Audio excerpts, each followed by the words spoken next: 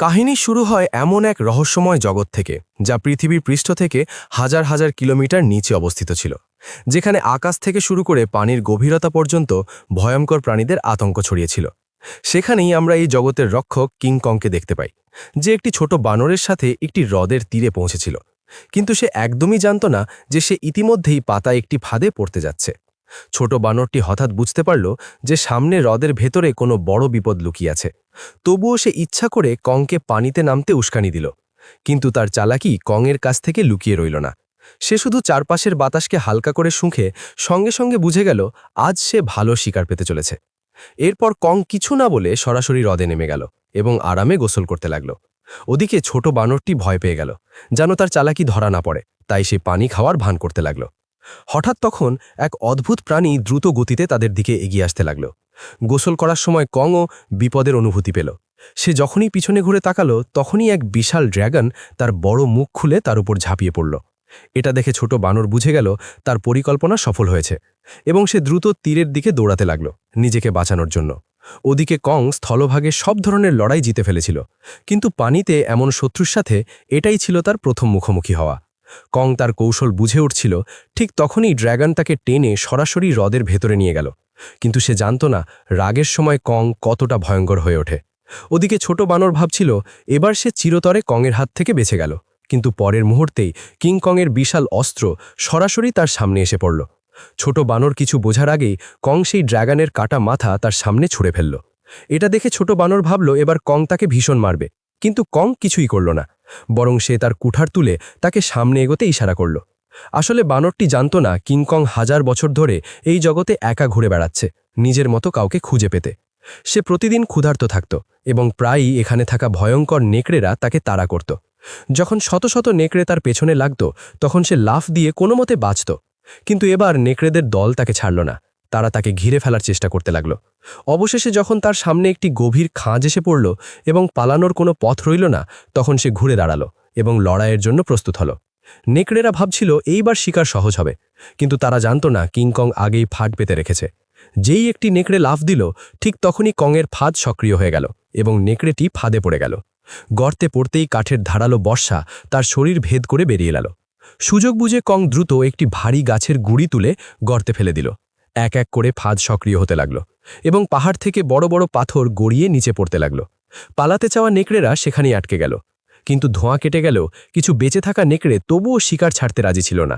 রাগে কং একটি মৃত নেকড়ে ধরে তার শক্তি দেখিয়ে দুটুকরো করে ফেলল। এটা দেখে বাকি নেকড়েরা ভয়ে ল্যাজ গুটিয়ে পালিয়ে গেল। তবুও শিকার পাওয়ার পরও কংয়ের মুখে কোনো আনন্দ ছিল না, কারণ তার মুখের পচা দাঁত তাকে ভীষণ কষ্ট দিচ্ছিল। এদিকে লুকিয়ে থাকা একটি টিকটিকি সুযোগ বুঝে মাংসের টুকরো নিয়ে পালাতে লাগল। কিংকং সঙ্গে সঙ্গে তাকে থামাতে ঝাঁপিয়ে পড়ল, কিন্তু ঠিক তখনই দূর থেকে আসা একটি শব্দ তার মনোযোগ কেড়ে নিল। উপত্যকা থেকে আসা সেই গর্জন শুনে তার মনে হলো হয়তো তারই মতো কেউ তাকে ডাকছে, তাই সে দ্রুত সেই দিকে দৌড়ে গেল। কিন্তু সেখানে পৌঁছে সে শুধু একটি অদ্ভুত ব্যাঙ দেখতে পেল, যে তার মতোই আওয়াজ করছিল। বছরের পর বছর ঘোরাঘুরির পরেও সে একাই রয়ে গেল। এই একাকিত্বই তাকে ভিতর থেকে ভেঙে দিচ্ছিল।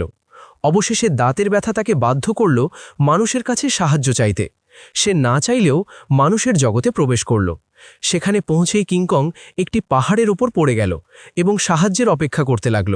ঠিক তখনই ভাগ্যক্রমে বিজ্ঞানীদের নজরে পড়ল সে, কিন্তু ভয়ে মানুষরা নিরাপত্তার জন্য তাকে প্রচুর পরিমাণে অ্যানেস্থিসিয়া দিল। ফলে সে সেখানেই অজ্ঞান হয়ে গেল। এরপর তারা শহরের সবচেয়ে নামকরা ডেন্টিস্টকে ডাকল। ডেন্টিস্ট এক মুহূর্ত নষ্ট না করে তার পচা দাঁত তুলতে মজবুত স্টিলের তার শক্ত করে বেঁধে দিল। এর মধ্যেই কংয়ের মুখ থেকে ভয়ঙ্কর দুর্গন্ধ বেরোতে লাগল। সব প্রস্তুতি শেষ হবার পর যখন স্পেসক্রাফট হঠাৎ উপরে উঠল, ঠিক তখনই এক ঝাঁকুনিতে কিংকংয়ের বিশাল দাঁত বেরিয়ে এলো। কিছুক্ষণ পর যখন কংয়ের জ্ঞান ফিরল, সে দেখল তার পুরনো দাঁতের জায়গায় একটি শক্তিশালী টাইটেনিয়ামের দাঁত বসানো হয়েছে। এই নতুন দাঁতের সাথে তার ভেতরে অদ্ভুত শক্তি জেগে উঠল। কিন্তু ঠিক তখনই ল্যাবে তার জগৎ থেকে একটি জরুরি সংকেত এলো। এতে সবাই চমকে উঠল। সত্যটা জানার জন্য বিজ্ঞানীরা দ্রুত একটি রেস্কিউ টিম তৈরি করল এবং মিশন শুরু হলো। তারা কিংকংয়ের সাথে সেই পোর্টালে ঝাঁপ দিল, যা সরাসরি তার জগতে নিয়ে যায়। যখন তারা এগোতে লাগল, তাদের স্পেসক্রাফট দ্রুত নিচের দিকে টানতে লাগল। কিছুক্ষণের মধ্যেই তারা সেই রহস্যময় জগতে পৌঁছে গেল। ঘরে ফিরেই কং দেখল তার খাবার চুরি হয়ে গেছে। সে সঙ্গে সঙ্গে তার কুঠার তুলে একটি বড় পাথরের ওপর উঠে গেল। সেখানে সে দেখল একটি গভীর ফাটল থেকে হালকা নীল আলো বেরোচ্ছে। সত্য জানার জন্য সে কোনো চিন্তা না করেই সরাসরি সেই গভীরে লাফ দিল। গভীর অন্ধকারে পৌঁছতেই তার কুঠার নিজে থেকেই জ্বলে উঠল। আলো পড়তেই সে দেখল চারদিকে অদ্ভুত ঝকঝকে পাথর ছড়িয়ে আছে, যেগুলো আলোতে প্রতিক্রিয়া করছে। ঠিক তখনই দূর থেকে ভয়ঙ্কর বর্জনের শব্দ ভেসে এলো। সে সেই শব্দ অনুসরণ করতে করতে একটি জলপ্রপাতের ওপারে পৌঁছল। সেখানে সে দেখতে পেল একটি নতুন লুকানো জগৎ। ধীরে ধীরে এগোতে গিয়ে সে এক অদ্ভুত দুর্গন্ধ অনুভব করল, যা তাকে নিজের দিকে টানছিল। হঠাৎ তার সামনে একটি বিশাল ভয়ঙ্কর ছায়া ভেসে উঠল। এটা দেখে কং সঙ্গে সঙ্গে তার কুঠার তুলে প্রস্তুত হয়ে গেল। কিন্তু যতই সে কাছে গেল, ছায়াটা ছোট হতে লাগল এবং সামনে এসে দেখা গেল ওটা কোনো দানব নয়, বরং একটি ছোট হলুদ রঙের নিষ্পাপ বানর। এটা দেখে কং নিজেও অবাক হয়ে গেল। হাজার বছরের মধ্যে প্রথমবার নিজের মতো কাউকে দেখে সে সঙ্গে সঙ্গে মাথা নত করল এবং অস্ত্র নামিয়ে দিল। এরপর সে বন্ধুত্বের জন্য তার হাত বাড়িয়ে দিল, কিন্তু হঠাৎই ছোট বানরটি তাকে জোরে কামড়ে দিল। এত কষ্টে নিজের মতো কাউকে পাবার পর কং তাকে যেতে দিতে চাইল না, তাই সে বানরের পেছনে দৌড়াতে লাগল। কিন্তু ঠিক তখনই তার পিছনে এক ভয়ঙ্কর ছায়া দাঁড়ালো।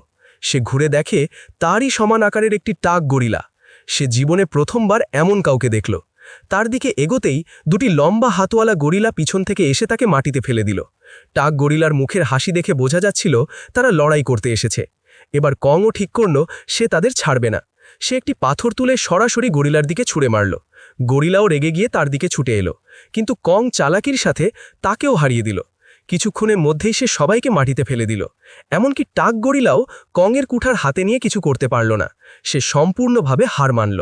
ঠিক তখনই ছোট ইয়েলো বানরটি দৌড়ে এসে কংয়ের মুখে ঝাঁপিয়ে পড়ল। কং তাকে ধরে ফেলল এবং তাকে অস্ত্র হিসেবে ব্যবহার করে বাকি গরিলাদের মারতে লাগল। যদিও তারা জানত তারা কিংকংয়ের সাথে পারবে না, তবুও তারা একের পর এক তার উপর আক্রমণ করতে থাকল। এদিকে এক বানর ভুল করে গভীর খাদে পড়ে গেল, কিন্তু কং দ্রুত তাকে ধরে উপরে তুলে আনল। কিন্তু কৃতজ্ঞ হওয়ার বদলে সে মাটি থেকে ছুরি তুলে কংয়ের উপর আক্রমণ করল।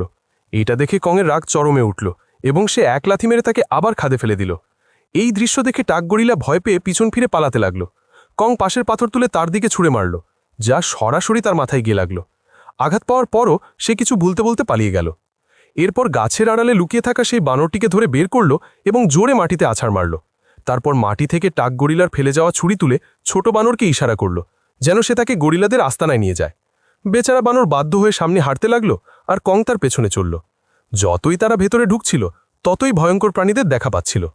এই শান্ত জায়গার ভেতরে প্রতিটি পদক্ষেপে লুকিয়েছিল বিপদ। ছোট বানর বাঁচার জন্য চালাকি করে তাকে নিয়ে গেল সেই জায়গায় যেখানে বিশাল ড্রাগন থাকে, কিন্তু সে জানত না কংয়ের সামনে তার এই চাল কাজ করবে না। হঠাৎ একটি বিশাল ড্রাগন সামনে এসে দাঁড়ালো, কিন্তু কং ভয় না পেয়ে কয়েক মিনিটেই তাকে মেরে ফেলল এবং বসে খেতে লাগল। এটা দেখে ছোট বানর কাছে আসতে চাইল, কিন্তু ভয়ে সাহস পেল না। কং তার অবস্থা বুঝে নিজেই মাংস ছিঁড়ে তার দিকে বাড়িয়ে দিল। তবুও বানর বিশ্বাস করতে পারছিল না। এটা দেখে কং রেগে গিয়ে মাংস মাটিতে ছুঁড়ে ফেলল, যেন বলছে, খেতে চাইলে খা, না হলে যাও। ক্ষুধায় কাতর বানর দ্রুত খেতে শুরু করল। প্রতিটি গ্রাসের সাথে তার দৃষ্টিভঙ্গিও বদলে যেতে লাগল। সে বুঝতে পারল কং এতটা খারাপ নয়। ধীরে ধীরে সে সাহস করে কংয়ের পাশে এসে বসল। দুজনেই শান্তভাবে সময় কাটাতে লাগল। মনে হচ্ছিল যেন বাবা আর সন্তানের মতো মুহূর্ত কাটছে। কিন্তু তারা জানত না যত সামনে এগোচ্ছে ততই বিপদ কাছে আসছে। আরও গভীরে পৌঁছে কং অবশেষে নিজের মতো প্রাণীদের দেখতে পেল, কিন্তু তাদের অবস্থা দেখে তার মন ভেঙে গেল। তারা সবাই দাসের মতো কাজ করছিল এবং তাদের জীবন ছিল নরকের মতো। ঠিক তখনই এক বৃদ্ধ বানরের হাত থেকে একটি পাথর পড়ে গেল। এতে রেগে গিয়ে গরিলা তাকে মারতে শুরু করল। এটা দেখে কং নিজেকে আটকাতে পারল না। সে জোরে কুঠার মাটিতে মেরে বৃদ্ধ বানরটিকে তুলে নিল।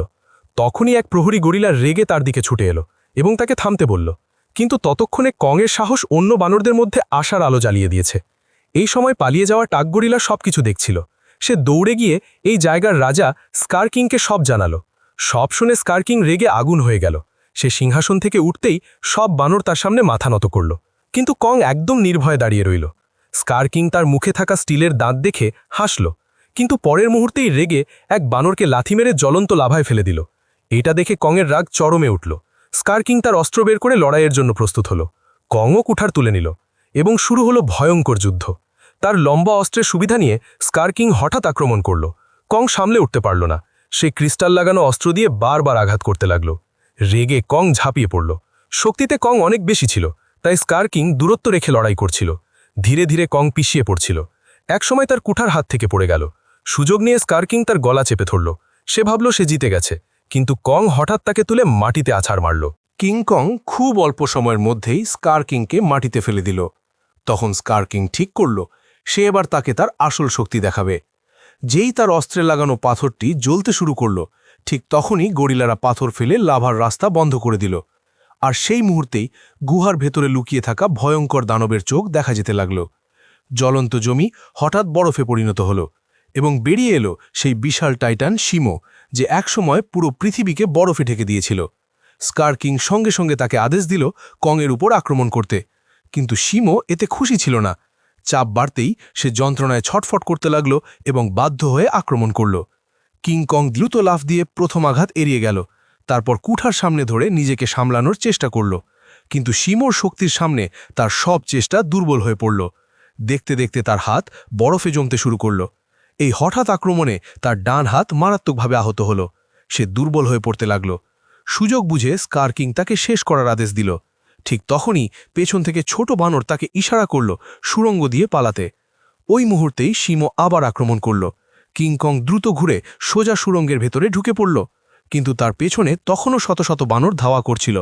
ভালো ব্যাপার ছিল, বছরের পর বছর ধরে কং জঙ্গলে অনেক ফাঁদ বসিয়ে রেখেছিল, কিন্তু বানরের সংখ্যা এত বেশি ছিল যে আহত কংকে তারা একটি বন্ধ জায়গায় ঘিরে ফেলল। এখন তার ভরসা ছিল শুধু শেষ ফাঁদটি। কিন্তু এবার বানরগুলো সতর্ক হয়ে গেল। তারা মাটিতে পড়ে থাকা লতাটা দেখে ফেলল, যেটা ফাঁদ চালু করার জন্য ছিল। কং বুঝল তার পরিকল্পনা ব্যর্থ হয়েছে। তার মনে হলো এবার তার শেষ সময় চলে এসেছে। ঠিক তখনই পাহাড়ের উপর থাকা ফাঁদ হঠাৎ সক্রিয় হয়ে গেল। শত শত টন ওজনের পাথর সরাসরি নিচে পড়ে গেল। সব বানর সেই পাথরের নিচে চাপা পড়ে গেল। কং দেখল এই ফাঁদ সক্রিয় করেছে সেই ছোট বানরটাই। এখন কং মারাত্মক আহত এবং লড়াই করার অবস্থায় নেই, তাই সে ছোট বানরের সাহায্যে মানুষদের কাছে ফিরে যেতে লাগল। কিন্তু সে জানত না একটি বানর এখনও বেঁচে আছে। ওদিকে বিজ্ঞানীরা দেখল তাদের বেস পুরো ধ্বংস হয়ে গেছে। তখন তারা একটি বিশাল হাতের ছাপ দেখল, যা দেখে বুঝল এখানে কংয়ের মতো আরও বিশাল প্রাণী আছে। তারা জঙ্গলের গভীরে এগিয়ে গেল। সেখানে তারা একটি লুকানো যন্ত্র খুঁজে পেল। যেই মেয়েটি সেটি চাপল, সঙ্গে সঙ্গে চারদিকে পানি প্রবাহিত হতে লাগল। পানি একত্র হয়ে একটি প্রবল স্রোতে পরিণত হল। বিজ্ঞানীরা সেই স্রোত অনুসরণ করে একটি রহস্যময় জাদুকরী দেওয়ালের সামনে পৌঁছাল, যা ভেতরের একটি অদৃশ্য জগৎকে লুকিয়ে রেখেছিল। তারা দেওয়ালে হাত দিতেই নীল আলো ছড়িয়ে পড়ল। তারা দেওয়ালে একটি ছিদ্র করল, আর সামনে যে দৃশ্য দেখল তা দেখে তারা অবাক হয়ে গেল। দেওয়ালের ওপারে ছিল একটি সুন্দর ও রহস্যময় জগৎ, যা আগে কেউ কখনো দেখেনি। তারা ভেতরে ঢুকতেই জনজাতির মানুষ তাদের ঘিরে ফেলল। তারা দেখতে মানুষের মতো হলেও তাদের পোশাক আলাদা ছিল। তারা বিজ্ঞানীদের ক্ষতি না করে নিজেদের কাবিলায় নিয়ে গেল। সেখানে জানা গেল তারা 1000 বছর ধরে এখানে বাস করছে এবং পোর্টাল রক্ষা করছে। স্কার কিং বহু বছর ধরে এই জায়গার খোঁজ করছিল মানুষের জগৎ দখল করার জন্য। ঠিক তখনই কং মানুষদের গন্ধ পেয়ে সেখানে পৌঁছালো, কিন্তু অদৃশ্য দেওয়ালের কারণে সে ভেতর দেখতে পারছিল না। তাই কাবিলার লোকেরা দেওয়ালে ফাটল তৈরি করল এবং কং ভেতরে ঢুকে পড়ল। মানুষদের সামনে পৌঁছেই সে দুর্বল হয়ে পড়ল এবং মাটিতে লুটিয়ে পড়ল। বিজ্ঞানীরা দেখল তার হাত মারাত্মকভাবে আহত। তারা সিদ্ধান্ত নিল তার হাত বদলাতে হবে। তারা একটি মেকানিক্যাল হাত নিয়ে এলো। এটি ছিল একটি শক্তিশালী যান্ত্রিক বাহু, যা আগে তৈরি করা হয়েছিল। মেশিনটি নিজে থেকেই কংয়ের শরীরে যুক্ত হয়ে গেল। ওষুধ প্রবেশ করতেই কং নতুন শক্তি অনুভব করল। ঠিক তখনই ছোট বানর এসে জানালো স্কার কিং পোর্টালের খবর পেয়ে গেছে এবং সে শিমোকে নিয়ে আক্রমণ করতে আসছে। কং বুঝল এবার তাকে সাহায্য দরকার, তাই সে গেল গডজিলাকে জাগাতে। কিন্তু সে জানত না গডজিলা তাকে শত্রু ভাববে। কং আসতেই গডজিলা জেগে উঠল এবং সরাসরি আক্রমণ করল। দুজনের মধ্যে ভয়ঙ্কর লড়াই শুরু হলো। শেষে কং তাকে টেনে পোর্টালের দিকে নিয়ে গেল। অন্যদিকে পিরামিডের শক্তি সক্রিয় হলো এবং গ্র্যাভিটি অদৃশ্য হয়ে গেল। সবাই বাতাসে ভাসতে লাগল। ঠিক তখনই গডজিলা এবং কং একসাথে স্কার কিং এবং শিমোর বিরুদ্ধে লড়াই শুরু করল। ভয়ঙ্কর যুদ্ধ চলতে লাগল। শেষে ছোট বানর ক্রিস্টাল ভেঙে ফেলল। শিমো মুক্ত হয়ে গেল। গডজিলা স্কার কিংকে দুটুকরো করে ফেলল, আর শিমো তাকে বরফে পরিণত করল। শেষ আঘাতে কং তাকে ভেঙে চুরমার করে দিল। যুদ্ধ শেষ হল। গডজিলা আকাশের দিকে শক্তি ছাড়ল। অন্ধকার মেঘ সরে গেল। সূর্যের আলো ফিরে এলো। গডজিলা ফিরে গেল নিজের জগতে এবং আবার ঘুমিয়ে পড়ল। আর কং ফিরে গেল তার নতুন সঙ্গীর সাথে নিজের জগতে, যেখানে সে নতুনভাবে নিজের পরিবার নিয়ে জীবন শুরু করল।